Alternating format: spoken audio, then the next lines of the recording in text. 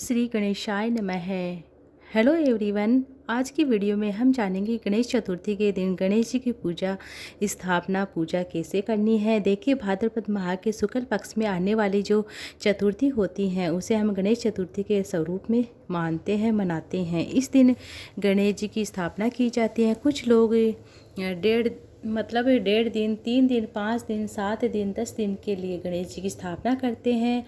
आप चाहे कितने दिन भी स्थापना कर सकते हैं। गणेश जी की जो स्थापना होती है उसकी विधि एक जैसी ही रहती है। चलिए हम जानेंगे गणेश चतुर्थी के दिन हमें स्थापना और पूजा कैसे करनी है। देखिए, गणेश चतुर्थी के दिन सबसे पहले तो आपको क्या करना है, इस जगह पर आपको साफ़ सुथरा कर लेना है। किस जगह आपको गणेश जी की स्थापना करनी है उस जगह को अच्छे से साफ़ कर लीजिए। एक चौकी लगा लेनी है। चौकी पर लाल या पीले रंग का जो भी कपड़ा है वह बिछा लेना है। अगर गणेश जी की स्थापना करने के लिए इस चौकी पर हम चावलों का आसन देंगे और चावलों के आसन देने के बाद हमें क्या करना है, इन चावलों के ऊपर इस गणेश जी की जो मूर्ति है, आपके पास जो भी मूर्ति है, तस्वीर है, आप जो भी मूर्ति लेकर आए हैं वह जो जैसे कि आप नई मूर्ति लेकर आए हैं, जो नए स्वरूप में जो मूर्ति लेकर आए उसे विराजमान कर दीजिए। हमें गणेश जी की जो मूर्ति लेकर आए विराजमान कर देना। उसके साथ ही हमें अपने घर के मंदिर में, हमारे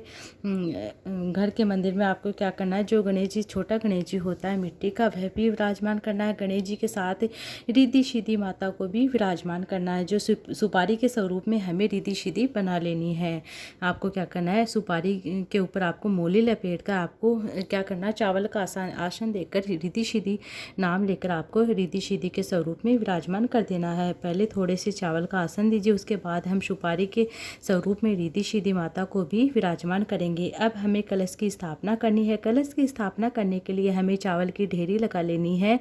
आप चावल की ढेरी लगाकर उसके ऊपर आपको क्या करना, कलश की स्थापना करनी है। आप अष्टदल कमल भी बना सकते हैं चावल की ढेरी से। मैंने यहाँ पर आप बता रही हूँ कि आपको क्या करना है, 8 लाइन खींच लेनी है, अष्टदल कमल बना लेना है। अब इसके ऊपर एक जल से भरा हुआ आपको क्या है कि कलश रखना है, या आप मिट्टी का भी ले सकते हैं, तांबे का भी ले सकते हैं, जैसा कि आप जिस स्वरूप में आप लेना चाहते हैं वह ले सकते हैं। उसे हम सुपारी, उसके अंदर हम जो आपने जो भी एक कलश लिया है उसके अंदर आपको क्या करना है, सुपारी, हल्दी, सुपारी भी पूर्ण होनी चाहिए जो पूजा वाली होती है, हल्दी भी पूर्ण होनी चाहिए जो गांठ होती है, गांठ के स्वरूप में आती है, वह लेना है।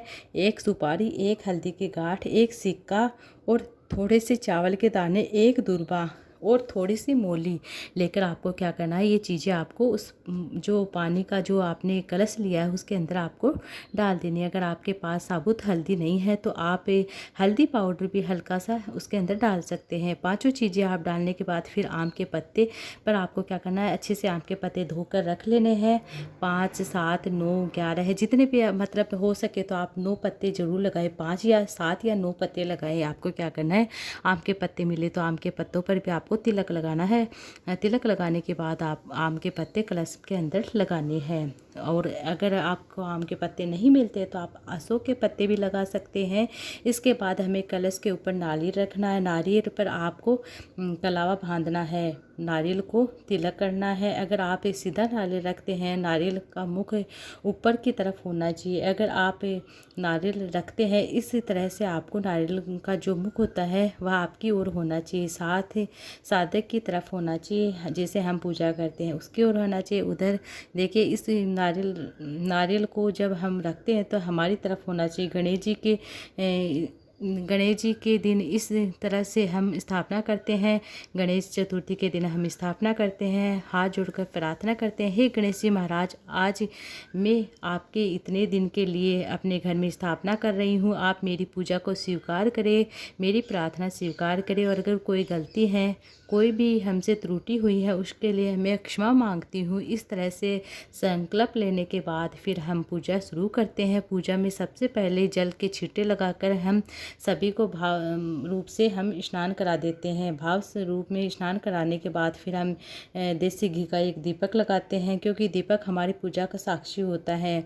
आप देसी घी का या तिल के तेल का दीपक भी लगा सकते। अब देखिए स्नान हमने करा दिया है, अब दीपक भी हमने लगा लिया। हम वस्त्र के स्वरूप में हम जनेऊ अर्पित करेंगे गणेश जी को।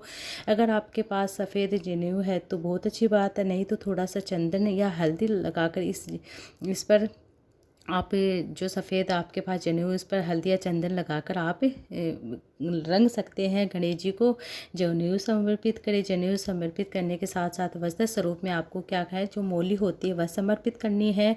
जनेऊ और जो कलावा होता है वह समर्पित कर दिया। उसके साथ आपको क्या, जो रिद्धि सिद्धि है उन्हें भी हमें वस्त्र के स्वरूप में जो मोली होती है वह थोड़ी थोड़ी चढ़ानी है। सुपारी के ऊपर आपको चढ़ा देनी है रिद्धि सिद्धि के स्थान पर। अब वस्त्र के स्वरूप में हमें रिद्धि सिद्धि को हमने वस्त्र अर्पित कर दिए हैं। उसके बाद हमें क्या करना है, जो कलश है उसके ऊपर भी हमने तिलक लगाना है, नारियल के ऊपर तिलक लगाना है, वस्त्र स्वरूप में कलावा बांधना है। अब हम इत्र समर्पित करेंगे। इत्र के बाद हम सभी को तिलक करके अपने हम रोली से तिलक करेंगे, चावल चढ़ाएंगे, चंदन से तिलक कर सकते हैं गणेश जी को आप, और रिद्धि सिद्धि को आप मतलब रोली से तिलक कर सकते हैं। मूर्तियाँ इस तरह से आपको स्थापित कर लेनी है। सावधानी से हमें तिलक करना है। एक बार स्थापित करने के बाद फिर मूर्ति को हिलाना नहीं है। इस बात को आपको विशेष तौर पर ध्यान देना है। हमें सभी को तिलक कर दिया है। अब कलश पर हम स्वास्तिक बना लेते हैं। अब हम सभी को चावल समर्पित करेंगे। पूजा में जब भी चावल लेते हैं तो हमें पूर्ण चावल लेने हैं, कहीं से भी टूटे नहीं होने चाहिए। पूर्ण अक्षत का प्रयोग करना है। आप चावल समर्पित कर दीजिए और हमें तिलक करना है। आपको क्या करना है, जो दीपक लगाया है उसके ऊपर भी आपको तिलक करना है। उसके बाद फूल समर्पित करना है गणेश जी को। लाल रंग के फूल चढ़ाइए। माता रिद्धि सिद्धि को भी आपको लाल रंग के फूल चढ़ाने हैं। दुर्वा घास समर्पित कीजिए गणेश जी महाराज को। और आज के दिन हो सके तो आप मतलब दुर्वा घास ले लीजिए, और आप किसी भी मतलब आपको क्या करना, दुर्वा को अच्छे से धो कर साफ़ सुथरा करके लेकर आना है। रोज़ाना आप उसे थोड़ी सी दुर्वा ले सकते हैं। और दुर्वा घास हमें ज़रूर समर्पित करनी है, चाहे 2 तारी करें, हमें करना ज़रूर है। उसके बाद भोग के लिए आपने जो भी नारियल, उसके बाद हमने जो भी भोग गणेश जी के लिए बनाया है वह समर्पित करना। नारियल गुड़ समर्पित करना। नारियल को आधा काट मतलब आधा करके आप उसके अंदर का जो पल्प होता है मतलब जो भी है उसके अंदर आप गुड़ रखकर आप समर्पित कर दीजिए, गणेश जी को चढ़ा दीजिए।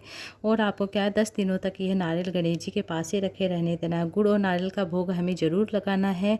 और गुड़ नारियल, और हो सके तो आप मोदक के लड्डू का भी भोग आज के दिन ज़रूर लगाइए। हमें क्या करना है कि एक पान का पत्ता लेना है। पान के पत्ते पर आपको क्या करना है, वह सारी चीज़ें भोग के रूप में आपको रखना है। पीला मीठा पान भी मिल जाए तो बहुत अच्छी बात है। भगवान को मीठा पान भी समर्पित कीजिए। मीठा पान ना मिले तो आप पान के पत्ते भी, सुपारी, लौंग, इलायची, पतासा यानी मीठा करके भी आप समर्पित कर सकते हैं। इस तरह से हमें पान समर्पित कर दिया है। उसके बाद भोग के लिए आप कोई भी मिठाई समर्पित कर सकते हैं। मोदक अगर समर्पित करें तो बहुत अच्छी बात है। गणेश जी को मोदक अति प्रिय है। मोदक ना मिले तो आप जैसे आप बेसन के लड्डू घर पे भी बना सकते हैं। जैसे हल्का सा बेसन घी में फ्राई करके अच्छे से मतलब सेक के उसके मतलब चीनी मिलाकर आप इस तरह से बना सकते हैं। ऋतु फल जो भी है वह समर्पित कीजिए गणेश जी को।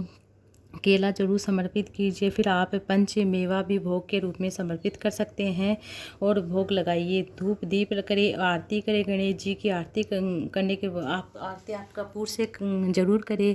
आरती करने के बाद आपको क्या करना है, भगवान से क्षमा याचना करें, प्रार्थना करें। बहुत प्रेम पूर्वक गणेश जी की आरती करने के बाद हाथ जोड़कर पूजा में जो भी कमियाँ हुई है, जो भी त्रुटि हुई है वह उसके लिए क्षमा याचना करें। अपनी मनोकामनाओं को पूर्ण करने के लिए गणेश जी से प्रार्थना करें। इस तरह से गणेश जी के दिन मतलब गणेश चतुर्थी के दिन सुबह हमें स्थापना करनी है, पूजा करनी है। पूजा करने के बाद जल का जो लोटा है उसके बाद हमें सूर्य को अर्घ्य देना, उसके साथ ही हमें सूर्य को अर्घ्य देना है। उसके बाद हमें शाम के समय भी पूजा जरूर करनी है, दिया लगाना है, भगवान गणेश जी को भोग लगाना है, आरती करनी है। शाम के टाइम में आप भोग जरूर लगाए, आरती जरूर करें। इसके साथ ही जो नारियल गुड़ का है वह 10 दिनों तक आपको रखे रहने देना है। जितने भी स्थापना आपने जैसे कि आपने 5, 7 जितने दिन के लिए आपने स्थापना की इतने दिन आपको रखे रहने देना है। उसके बाद आपको विसर्जन करना है। भोग का सारा दिन हमें इस तरह से सिर्फ नारियल गुड़ को ही रखे रहने देना है। बाकी जो भोग में आपने जो भी चीज़ें यूज में ली है वह